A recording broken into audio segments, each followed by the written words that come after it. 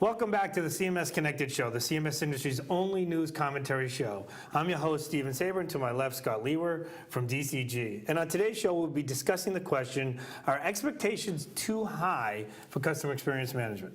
The customer experience is not meeting the buyer's expectation as advertised. Is it because the customer experience is declining, or because customer expectations are simply set too high? Scott, which is it?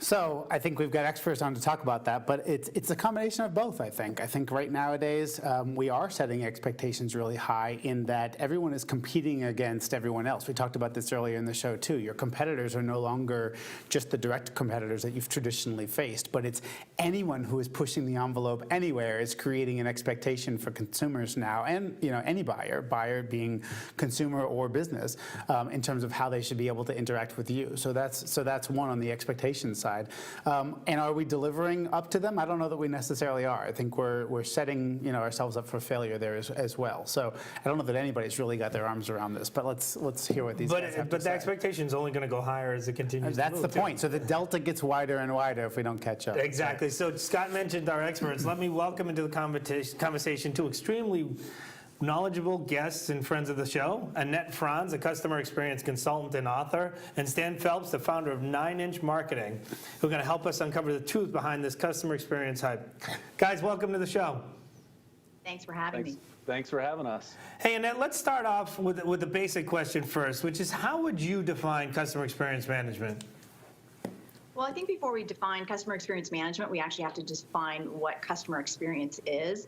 And that is really the sum of all of the interactions that an individual has with an organization. It's not just customer service. A lot of people think it's just customer service, but it's so much more than that. And then not just the interactions, but the perceptions and the feelings and the emotions that customers have about those interactions. So from there, we can jump off and define customer experience management, which is really all of the tools and the systems and the processes and the strategies behind how we make sure, how we measure and how we make sure that our customers have a great experience. How do we design an experience for them that will, as we're going to talk about, meet those expectations? So one of the things we often talk about, Annette, is the O to O. It's managing and combining the offline and the online experience. Talk about really that's some of what you're describing here, right? Because it's not just having the technology in place, but it's every part of the touch point you need to deal with in order to make this work.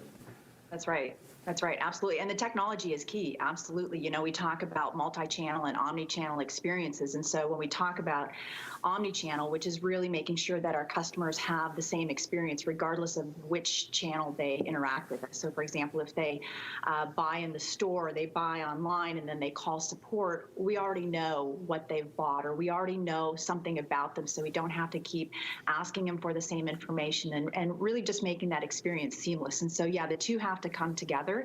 And that's how we're going to deliver a great experience. Now, not a lot of companies have gotten to that point yet. Omnichannel experience is still quite the pipe dream, but again, in terms of expectations, they're out there, and companies need to figure out how to meet those. Hey, Annette, it's Scott here. So this is a great topic, and I love that you talk about just kind of all experiences. In your description of, or your definition rather, of customer experience, you said that it's a sum of all interactions, and I basically say the same thing. A number of others, though, have actually talked about where it's not necessarily a sum of all the interactions, but in fact kind of the most important interactions, which are typically the most recent one that you've had with a brand and the most pronounced one, whether that be great or bad. Does that change? A, does that resonate with you? And B, does that change anything for you in terms of the importance, as those interactions can be online or offline? And if all of them are that important and anyone can stand out in the mind, does that kind of, what do you think about that description there, about that definition? Well, it doesn't change my definition. Really, the customer experience, is everything that the customer knows and feels and experiences with your brand, whether it's a good one, whether it's a recent interaction, whether it's an interaction that happened 5 years ago. We associate all of that with the brand, and so I don't think it's fair to just focus on a recent interaction or a most important interaction, because they're all important. And there's been a lot of research out there too where it's important to focus on the journey and not just on the touch points, or not just on the individual interactions. McKinsey has done some great research on that, and they've proven that when companies focus on the entire customer experience journey, there are benefits in terms of business outcomes and outcomes for customers as well. Stan, you've taken a little bit of a different take on it. You've written that meeting the customer expectations is a myth. What do you mean by that? Absolutely. I think personally that you never, ever just meet the expectations of a customer. That customer expectations are binary. You either exceed their expectations or you fall short. And so I think that merely trying to set out to just meet the expectations is a recipe for failure. It's kind of like playing prevent defense in football. The only thing you prevent doing by doing such is you prevent yourself from winning. But for those people who say, wait a minute, Scott, I'm saying I'm not even meeting this, and Scott, this is for you too. I'm already not meeting the expectation. Now you tell me I need to exceed it because I'll either succeed or fail. I mean, how do you deal with that contrast, right? Because I'm not even there yet. I need to get to that point before I can't get an A until I get a B first. And you're saying, no, wait a minute, you've got to get the A before you can even. That's really all people are going to worry about. I think you have to try in business today if you truly want to stand out. And research proves that, as Gartner had research last year that said by 2016, so right where we are now, 89% of companies will compete mainly on the experience that they provide. So that bar is already high. And I think what most businesses have to do is they have to be better than just what the competition is. They have to find ways to exceed and stand out to do a little bit more. So Scott, Stan, he makes a great point, and I'm not disregarding your point at all, Stan, because I think it's critical, but you opened the segment by saying, but the expectation's only going up here. So, Yeah. So how do I continue to, am I trying to outguess my customer here? Yeah, I think, respectfully, I'm going to disagree with Stan completely. I think that there are plenty of times throughout the course of a day that a brand just meets your expectation. If I go get a coffee and I drive through Dunkin' Donuts, if you give me the coffee and you take my money, you don't overcharge me, the coffee is warm, you've just met my expectations. You haven't surpassed them, you haven't delighted me, but I'm going to come to Dunkin' Donuts again, and I think that's just fine, quite frankly, for many of them. Now, to the point that he makes that we're all going to be competing on experiences, certainly Dunkin' Donuts didn't just gain a new customer, they kept one, and if somebody else comes along and exceeds my expectations, then maybe they're going to lose in that sort of a scenario. But I don't buy that we always have to be exceeding. And in fact, to be honest with you, I think it's a little bit dangerous. I think the idea, if you think of customer expectations as customer experience rather as kind of a hierarchy. Think of it like a Maslow's triangle sort of a thing, where kind of you don't ever care about anything higher up than if an expectation down below hasn't been met. So for example, if I work for Delta, and I just want to check out, I want to get my bags, sort of a thing. If you haven't even got my bag to me, then there's no worry about having that experience of picking up my bag be super delightful. Right. Like, I only care about it, I don't care about delight at that point if you can't even get me my bag. Once you've gotten me my bag, okay, is it easier to track that online? Sure, that's wonderful. But I think there's an awful lot of places where there are particular journeys that brands tend to fall down repeatedly on, where they don't do so well. And I think first we just need to go meet expectations before we try to worry about over-delighting. That's my thoughts. Stan, please, chime in here, because I'm sure you have an opinion about that. Sure. So, I've had this debate before. Is the idea of sucking less a strategy? And I would say, whether it's the Delta example or the Dunkin' Donuts, you're absolutely right. Delivering your core product or service is table stakes. You have to get that right. But I'll even up you one on the Delta example. Delta, not only with your bags, they're going to charge you for your bags if you decide to check them, but they actually have a guarantee. So if your bags don't arrive within a certain time, you either get your money back or you get a mileage credit.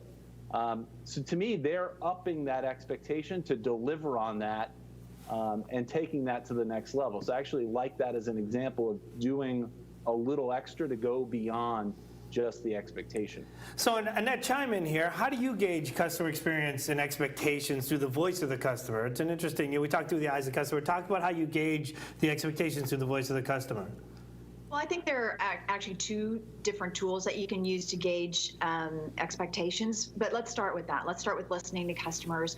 And really, ultimately, what customers are doing is they are trying to do some job or achieve some task or and they have their desired outcomes when they're, interacting with your company.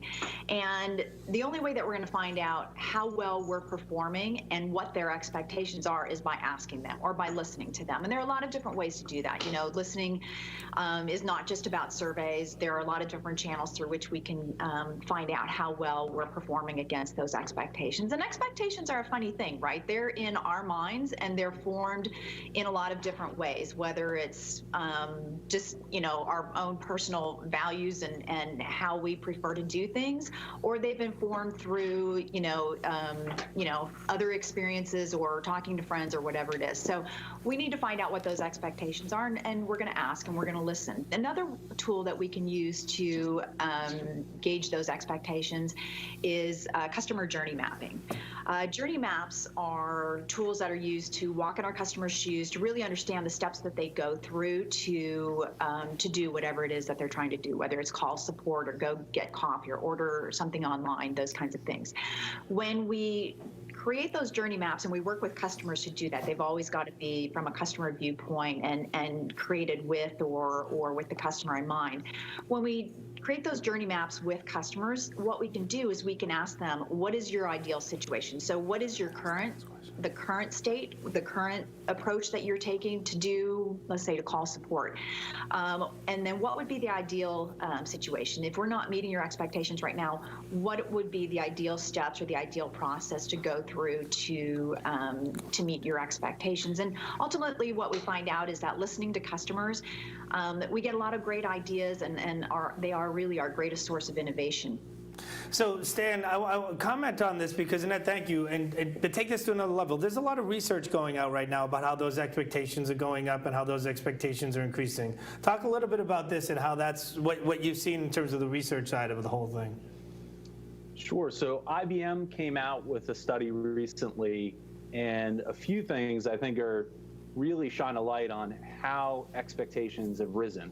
And the first is this: 76% of customers today expect brands to treat them as individuals and be able to personalize the experience that you provide. So I think that raises the level that I expect as a customer for you to know me as a brand and to know my needs and wants. The second thing is 81% of customers, and this is from the IBM survey, expect improved response time from the companies that they deal with. So they want to be responded to faster. They want to have it done in one call if possible. That's raised the bar. The third one, 8% expect that the experiences that they have will be harmonized over all of the channels that they interact with a brand on. So this gets back to omni-channel. They want the same experience whether they're chatting or whether they're calling up or whether they're interacting in person. So Annette, those are some fascinating stats, Dan, but talk about sort of what's your opinion in terms of why? I mean, because the why is really the interesting part. What's driving all this? What's making this happen?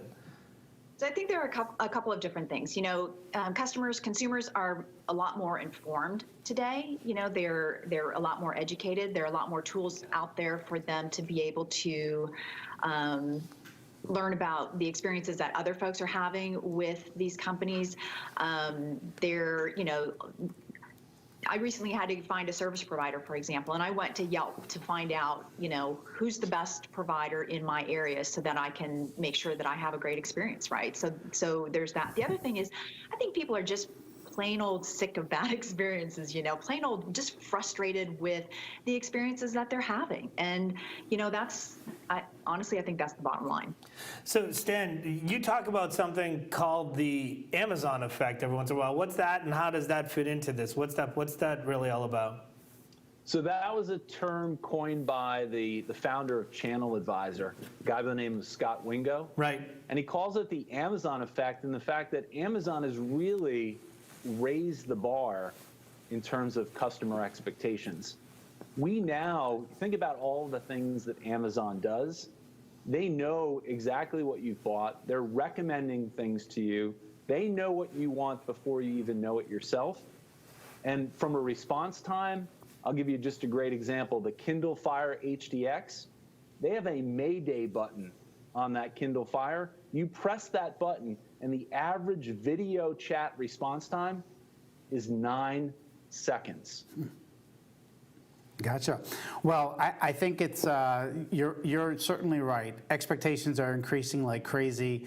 They're coming from all over the place. I like Annette's point about the customer journeys, which we didn't really acknowledge. But Annette, I thought your idea of breaking this down into lots of customer journeys that one can do to not only go ask the customer, but really look at it through their eyes on every single type of interaction that you take. And Stan, your point is that each one of those has to kind of be above and beyond, right? That each one of those journeys, whether they be one where you're interacting directly with a person, one where you're having looking to have a chat session, or just probably also where you're just using a product and there's nobody even around you, that you expect that experience to be better. I mean, you look at what Apple has done, and now we all expect the kind of box opening process to be beautiful and amazing and all of that stuff, and we judge everyone else by it. Are those examples of the kind of Amazon effect? Does it permeate beyond kind of just your interactions with someone on the other side? Is it across all of the journeys like Annette talked about, Stan? I think you could even say it's the Apple effect. Absolutely. Think about your experience when you go into a retailer now, whether it's when you're comparing it to your last experience that when you were in the Apple store. Yeah. Whether you dealt with somebody at the Genius Bar, whether you had the ability to check out yourself, and just the level of service that you provide. And I think one of the things that people don't realize about Apple is that they are meticulous in terms of measuring that experience at the retail level. Yeah, I think you're right. And Annette, one question back to you then on your journey point then is, so is this then, it sounds like what you're talking about is this is not just a marketing function now. I mean, I think one of the things that I'm hearing here thematically is, while both of your backgrounds is actually in marketing, that this is not just a kind of the marketing department is not the sole owner of the customer experience. Is that valid to say?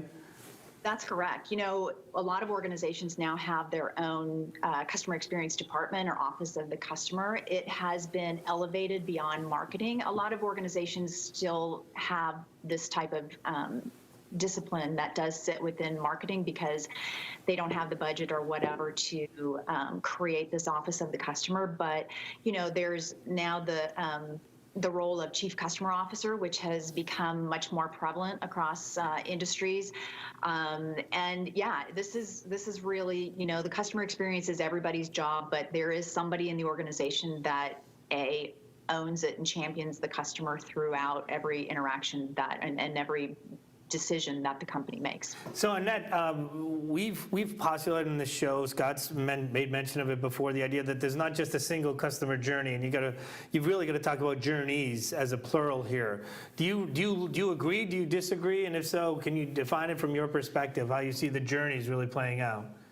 Well, I think there are a couple of different perspectives. You know, when you look at it from the marketing level, there is the life cycle. That's what a lot of people think about when they think about journey mapping and journeys. But from a customer experience perspective, we go much deeper than that, and the devil is in the details, right? You can't change it. You can't improve it unless you know the specific steps that a customer takes in whatever it is they're doing with your organization. So you might look at the, purchase life cycle stage and drill deeper down into that. You're going to have to look into what the customer does when they're researching your product. You're going to have to look at what the customer is doing when they're actually purchasing the product. There are a lot of different individual journeys, as you mentioned, individual journeys that a customer takes to do whatever it is that they're trying to do with the organization. And their overall relationship has hundreds or thousands of those journeys. Well, at least you hope they do. At least you hope they come back and they have other journeys with your organization. So yeah, absolutely. I think there are hundreds and thousands of journeys that your customers have with your organization. Thank you. So Scott, this is an ongoing debate. This debate's not going to end anytime soon. Yeah, and I think we're basically all saying that we're kind of in violent agreement, even though I started out in a cheeky way to go against what Stan said, and I stand by what I said. But I think that the point that I was trying to make is that if, in fact, Annette is right, and it is the customer experience is based on the full amount of interactions that you have with the brand, then the failure of any one of those interactions is going to cause you to basically have a bad experience with the brand. And so therefore, my point was make sure that they're all at least okay, and that you're not falling down on any of them before you go worrying about making any of them more delightful, because you're going to lose customers for every time they have a failed journey, whether that be at home because the fire doesn't turn, the Kindle Fire that he pointed out doesn't turn on, whatever it is. And so, but I think he's right that we are competing on experience nowadays. That certainly is valid. The prediction is right that in today's world we are competing on experience. And so certainly those that can at least meet expectations and then go beyond, you're going to gain market share and customers there. So Stan and Nat, I'm going to give you quick rapid fire. I want 3 things to do tomorrow in order to change the way your customer experience is happening. What are the 3 recommendations? Give it to us quick. Stan, you go first. So I think the first, I talk about this. It's all about a 3D process. So here's the 3 for you. 1 is the discovery process. Knowing more about your customers and knowing more about how you're going to be different is the first step. The second step, once you know both of those things, is designing an experience that meets the needs of your customers and stands about your differentiation. And 3, this often gets missed, that's deployment. How do you do get the people, the resources, and the process to be able to execute on that customer experience? So discovery, design, and deploy. Stan, thank you. Annette, give me 3 things that people can do tomorrow to get this business going. All right, I'm going to go a little bit more high level than Stan, and it's going to take a little bit more than just tomorrow to actually make these things happen. Okay. But the first thing is executive commitment. You cannot do any kind of transformation organization-wide, and that's what it has to be. It can't just be, at one department or another without executive commitment. Your executives have to be on board with this because they're going to assign the resources, whether that's financial or human, to make this transformation happen. The second thing that I would say is the employee experience. The employee experience drives the customer experience, so the organization must focus on the employee experience. And this is, one of these things that I've been preaching for the last 20 plus years, but a lot of times companies say, we'll think about employees later. And that's a huge mistake because, again, if your employees are not happy, if they're not engaged, if they're not, don't have the tools and the resources and everything that they need to deliver a great customer experience, then, you may as well forget about it. The third thing that I would add is something we just talked about is listening to your customers. Without your customers, you have no business. So you need to listen to your customers, understand their expectations, understand how well you're performing against those expectations, and take that feedback and do something with it. Annette Franz, Stan Phelps, thank you very much for joining us. How can people find out more about you, Annette? I have a blog, a website that I blog at several times a month, actually twice a week, and that is CX Journey, so it's cx-journey.com, or you can find me on Twitter at Annette Franz. And Stan? 9inchmarketing.com, so the number 9inchmarketing.com. That's where I write. My Twitter handle is also at 9inchmarketing.